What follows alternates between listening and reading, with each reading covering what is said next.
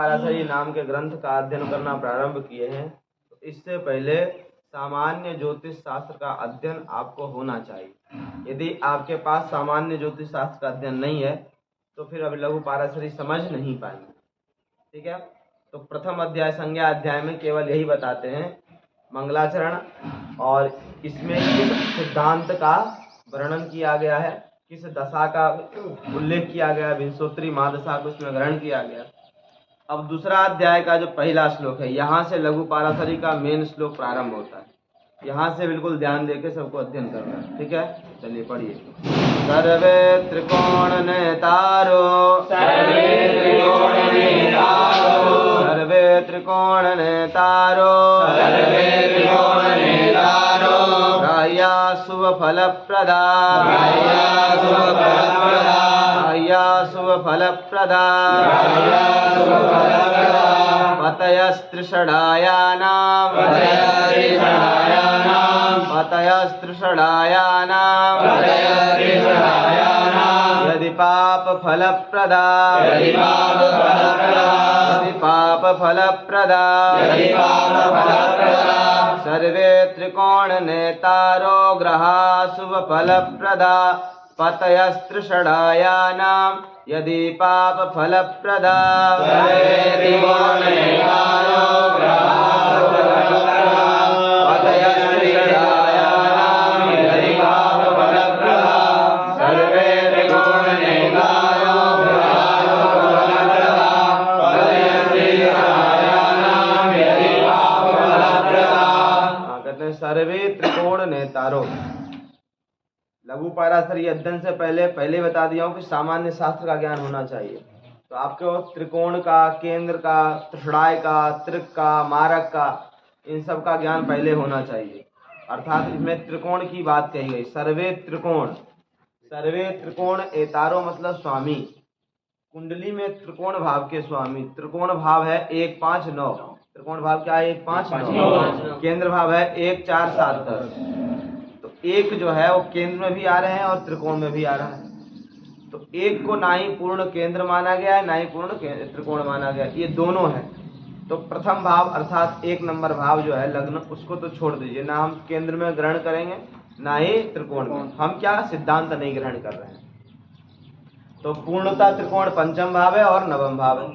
पूर्णता त्रिकोण यही दोनों भाव है, पंचम भाव और नवम भाव। तो कहते हैं सर्वे त्रिकोण नेतारो ग्रहा शुभ फलप्रदा, अर्थात त्रिकोण भाव के स्वामी सर्वे ग्रहा, कोई भी ग्रह हो जाए। स्वामी वही हो सकते हैं जिनकी राशि है। तो राहु केतु कोई अपनी राशि नहीं है, तो राहु केतु के अलावा 7 ग्रह सूर्य चंद्र मंगल बुध गुरु शुक्र शनि, ये 7 ग्रह यदि केंद्र के त्रिकोण के स्वामी, इन 7 ग्रहों में से जो भी ग्रह त्रिकोण भाव के स्वामी हो जाएंगे वह ग्रहा शुभ फल प्रदा, वो शुभ फल प्रदान करेंगे। इसमें आप लोगों के मन में ये भी आएगा कि उनकी दूसरी राशि जाएगी तो क्या होगा। और जैसे इसमें देखिए नवम भाव त्रिकोण भाव है, नवम भाव के स्वामी शनि हैं और अष्टम भाव के भी स्वामी शनि हैं, तो क्या होगा, ये सब मन में आपके उठेगा। अभी आगे श्लोक जब अध्ययन करेंगे ना, पूरा कंप्लीट हो जाएगा, समझ में आ जाएगा कि कैसा फल प्रदान करेंगे। उनकी दूसरी राशि जाएगी कैसा होगा, पहली राशि जाएगी कहाँ कैसा होगा। अभी केवल आपको इस श्लोक के माध्यम से यही समझना है। अभी तो इस श्लोक का पहला ही लाइन बता रहा हूँ, सर्वे त्रिकोण नेतारो ग्रहा शुभ फल प्रदा, अर्थात त्रिकोण भाव के स्वामी जो भी ग्रह होंगे वह शुभ फल प्रदायक होंगे, चाहे जहां बैठे हों जैसे हों।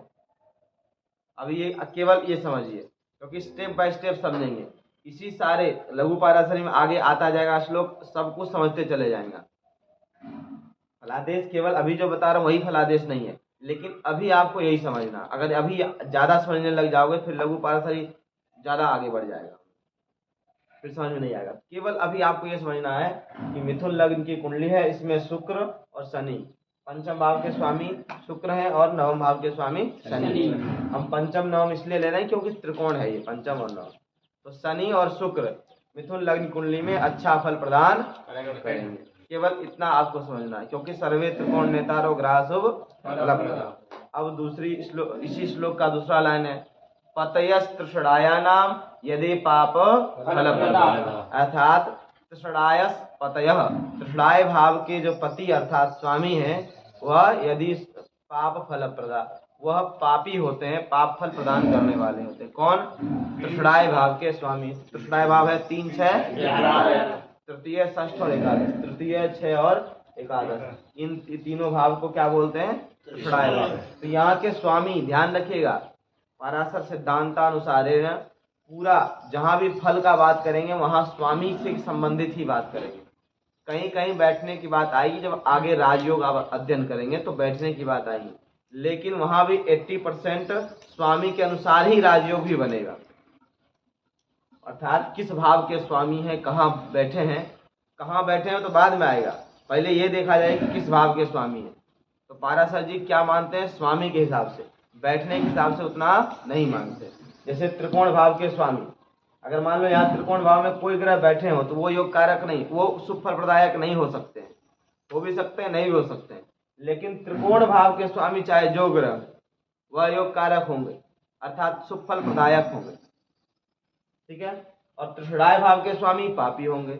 इसमें तृषणाय भाव के स्वामी सूर्य हैं, तृषणाय भाव के स्वामी मंगल हैं, तृषणाय भाव के स्वामी मंगल हैं। अर्थात 2 तृषणाय भाव के स्वामी मंगल हो गए, 1 तृषणाय भाव के स्वामी सूर्य हो गए। तो मिथुन लग्न की कुंडली में तृषणाय भाव के स्वामी सूर्य और मंगल है। अर्थात जिस जातक का मिथुन लग्न की कुंडली होगी उसके लिए जब भी सूर्य की महादशा आएगी अथवा मंगल की महादशा आएगी, उस समय उसे पाप फल प्रदान होगा, अर्थात अशुभता मिलेगा। क्या दिक्कत होगी?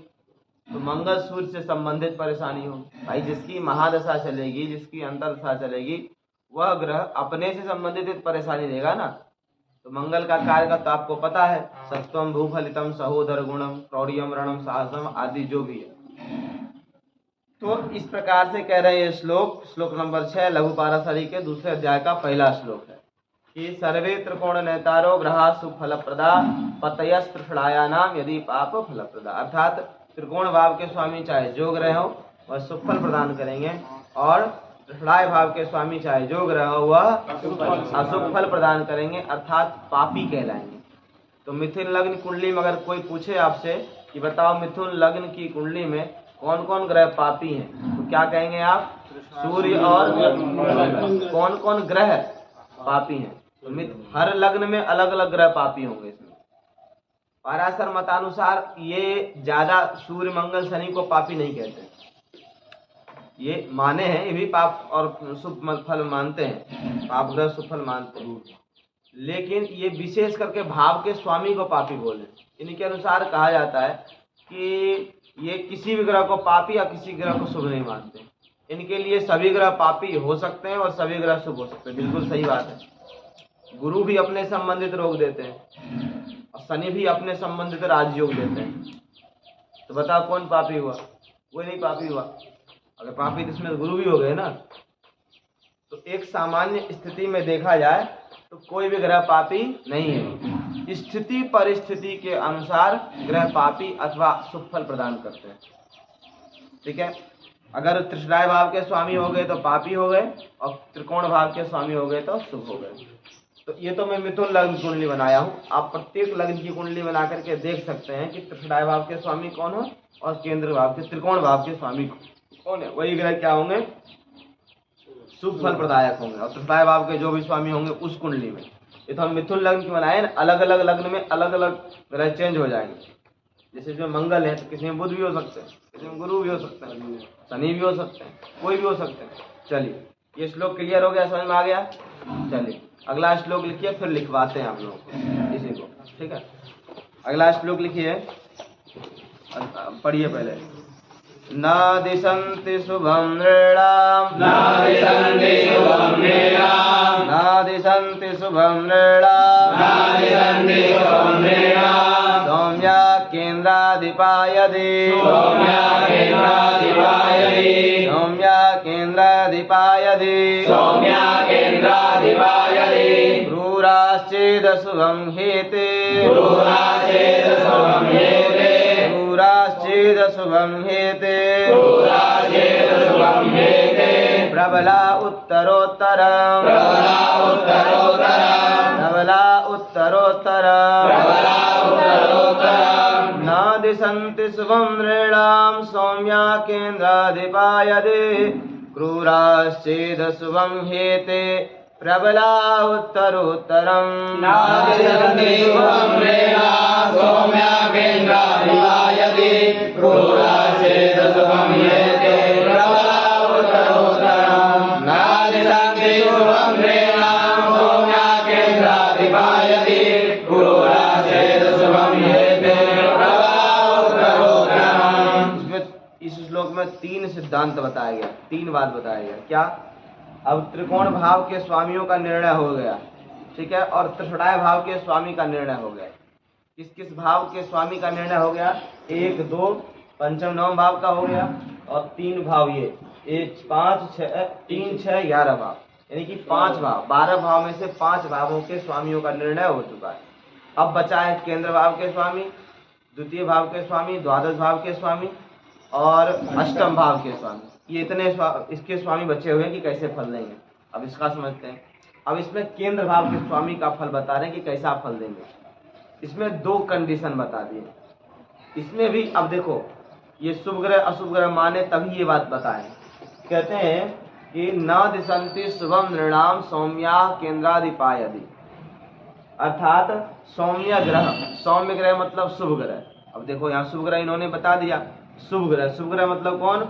बुध, गुरु, शुक्र, शनि, सॉरी गुरु, शुक्र, बुध और चंद्रमा। ये क्रम से है। आगे चल करके ये भी क्रम बताएंगे क्यों हम गुरु, शुक्र, बुध और चंद्रमा बोल रहे हैं, ये क्यों बता रहे हैं। तो कहते हैं सौम्या केंद्राधिपायदि, अगर सौम्य ग्रह अर्थात शुभ ग्रह मतलब कौन? गुरु, शुक्र, बुध और चंद्रमा, ये यदि केंद्र के स्वामी हो जाते हैं तो इनके शुभत्व में कमी आ जाती है। अर्थात ये शुभ फल की इनकी जो शुभत्व है उसमें कमी आ जाएगी, अर्थात पाप फल भी दे सकते हैं। पाप फल तो नहीं कहेंगे, लेकिन शुभ फल में कमी आ जाएगी।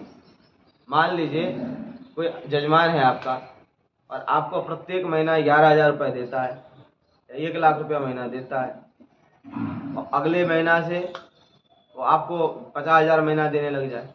1 लाख देता था, 50,000 महीना देने लग जाए, तो आपको कुछ लिया तो नहीं ना, कुछ ना कुछ तो दे ही रहा है ना। लेकिन एक प्रकार से देखा जाए कि आपके लिए घाटा है। दे कितना रहा था? 1 लाख रुपया। अब कितना दे रहा है? 50,000 महीना, बिल्कुल आधा दे रहा है। एक तरफ से देखा जाए वो आधा गिलास भरा और आधा गिलास खाली वाला मैटर है। एक तरफ से देखा जाए तो आधा गिलास खाली है, और एक तरफ से देखा जाए तो आधा गिलास भरा हुआ है। तो वही स्थिति यहाँ पे शुभ ग्रहों की हो जाती है। यदि शुभ ग्रह अर्थात गुरु, शुक्र, बुध और ये ग्रह केंद्र के स्वामी हो जाते हैं, यहाँ ऐसी स्थिति बन रही है, तो इनका जो शुभ फल है ना, जो ये शुभ फल देते हैं, उसमें क्या आ जाएगी? कमी आ जाएगी, अर्थात वह पापी भी हो सकते हैं। देखो यहाँ चतुर्भाव स्वामी केंद्र है, चतुर्भाव केंद्र है, तो इसमें चतुर्भाव स्वामी बुध हो गए। सप्तम भाव केंद्र है, यहाँ गुरु स्वामी है, और यहाँ पे भी दसम भाव भी केंद्र है, यहाँ पे भी गुरु के स्वामी है कि नहीं? गुरु 2 केंद्र के स्वामी, अर्थात डबल इनको केंद्राधिपति का दोष लगा। बुध भी है ना, अब बुध को भी केंद्र के स्वामी होने का दोष लग गया। मायने भर लीजिए, यदि कोई शुभ ग्रह केंद्र के स्वामी हो जाते हैं, बैठने की बात नहीं कर रहे हैं सचिन पाठक जी, बैठने की बात नहीं कर रहे हैं, ध्यान रखना, स्वामी की बात कर रहे हैं। भले यहाँ पे बैठ जाए बुध, यहाँ पे भले गुरु बैठे हुए यहाँ पे, उससे कोई मतलब नहीं, बैठने की कोई चर्चा ही नहीं है कि चाहे केंद्र में क्यों ना बैठ जाए, लेकिन इन केंद्र के स्वामी होने का दोष इनको लग गया। केंद्र के अधिपति, अब इसका नाम एक प्रोफेशनल नाम ले सकते हैं, केंद्राधिपत्य दोष। केंद्राधिपत्य दोष, केंद्र के स्वामी होने का दोष, इतना लंबा बोलेंगे होने का दोष क्या जरूरत। केंद्राधिपत्य दोष अर्थात केंद्र के अधिपति स्वामी होने का दोष किनको लगता है? शुभ ग्रह को। केंद्राधिपति का दोष किनको इनको लगता है? शुभ ग्रह, गुरु, शुक्र, बुध और चंद्रमा, इनको केंद्र के स्वामी होने का दोष लगता है, केंद्र के स्वामी होने का दोष लगता है। बताइए क्या? अगर जैसे कि ये शुभ ग्रह बैठ गया तो उसका मतलब कि जो अच्छा फल देगा उसमें आधा हो गया, जैसे पाप ग्रह बैठेगा तो उसका क्या होगा? यही बताए। अभी क्वेश्चन नहीं पूछना, चलिए समझिए, आगे समझते हैं। हम यही बोले थे आप लोगों को कि एक एक चीज बताएंगे हम। इसमें अभी आधा श्लोक का भी आधा हुआ है, अब अगला लाइन है क्रूराश्चेद शुभम हेते।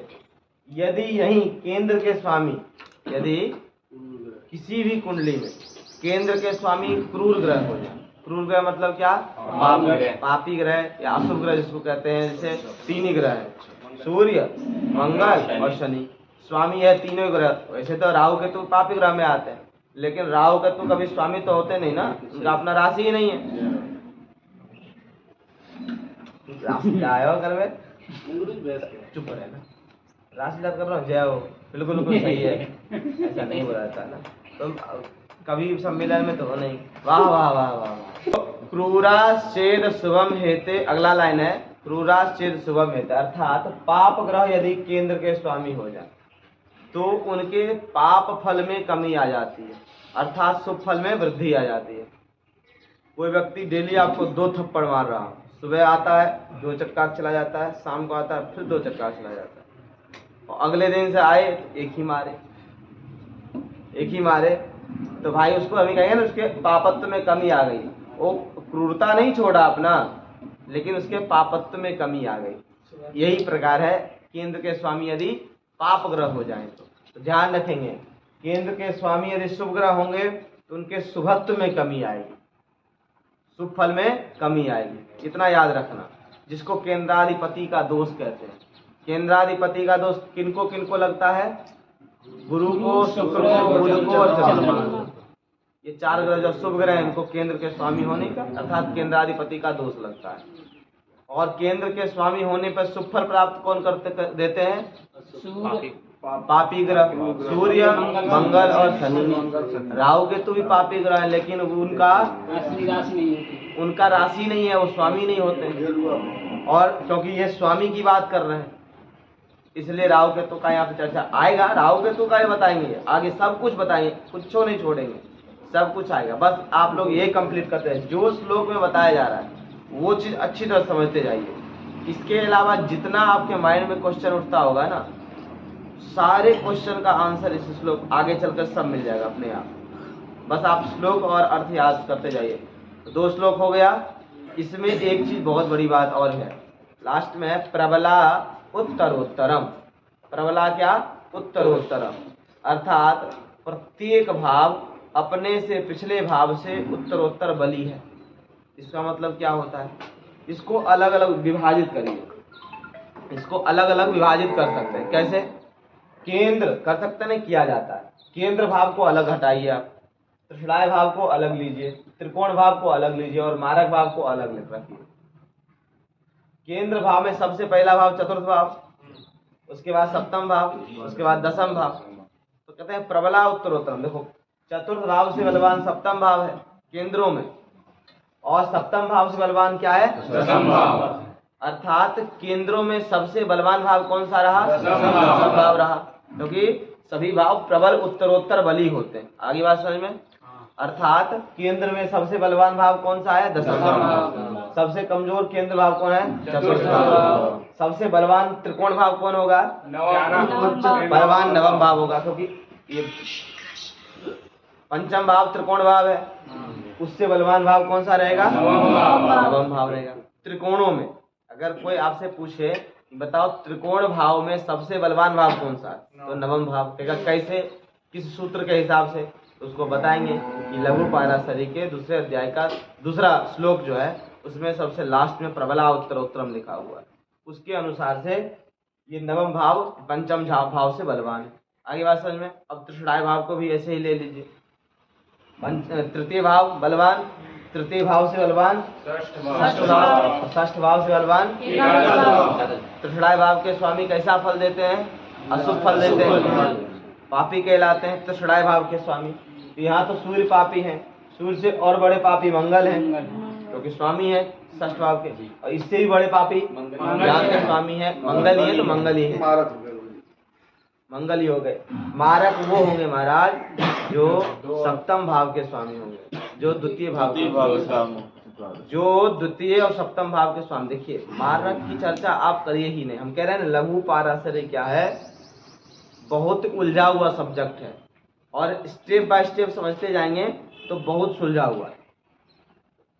आपके माइंड में बहुत सारे क्वेश्चन आएंगे अभी, क्योंकि ऐसे ही बता ही रहे हैं शुरुआत में।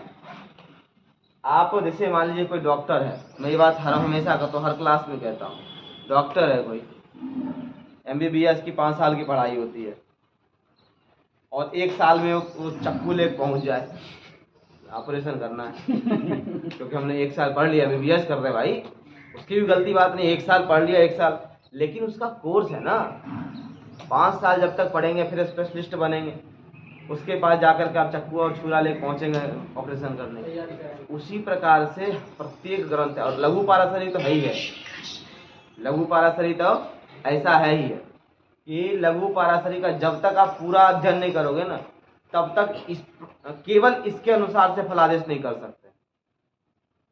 यदि आप केवल इतना पढ़ करके, जैसे आज 2 श्लोक आपको पढ़ाया, केवल 2 श्लोक पढ़ करके अब आप अप्लाई करने लग जाएंगे किसी कुंडली पे, तो सब फलादेश गलत चला जाएगा। अभी लघु पाठ जब तक आपका पूरा ना हो जाए तब तक आपको इसके अनुसार से फलादेश नहीं करना है, जो आपको त्रिक भाव आदि से संबंधित बताए हैं सामान्य रूप से, उसके अनुसार से फलादेश करें। केवल इसको समझेंगे अभी कभी क्या कह रहे हैं क्या कह रहे हैं, जब कम से कम 2-3 अध्याय हो जाएगा तब पल्ले पड़ेगा, अच्छा ये मामला है। इसे कुल मिला 5 अध्याय है, 2-3 अध्याय हो जाएगा तब समझ में आएगा। उसके बाद भी जब 10वां अध्याय होगा तो और अच्छी तरह समझ में आएगा, 5वां अध्याय। तो 2 श्लोक हुआ, दोनों श्लोक को आप लिख लीजिए, इसका अर्थ क्या है, श्लोक सहित अर्थ याद करेंगे। इसका उसी प्रकार से है जिस प्रकार से गणित कुंडली बनाते हैं ना, गणित लिखते हैं। अगर सूर्योदय अगर नहीं बनाए हैं तो आप इष्टकाल नहीं बना सकते हैं, शुद्ध जन्म में नहीं बनाए तो इष्टकाल नहीं बना सकते हैं, और इष्टकाल नहीं बनाए तो भयात नहीं बनाएंगे, और भयात नहीं बनाए हैं तो चंद्र स्पष्ट नहीं होगा, और इष्टकाल नहीं बनाए तो लग्न स्पष्ट में भी इष्टकाल की आवश्यकता होती है, वो नहीं कर पाएंगे। उसी प्रकार ये है, जब तक आप श्लोक याद नहीं होगा, उसका अर्थ याद नहीं होगा, तो इसके बाद मैं बोलता रहूंगा और आप जैसे बैठे हैं ऐसे हिंदी बस याद करेंगे नहीं बनेगा, यूं ही बैठे रहेंगे और फिर इधर उधर की बात करेंगे, अनुवाद ही चलेगा, श्लोक याद करेंगे बढ़िया बात है, नहीं तो इसके ऐसे सोएंगे गधा।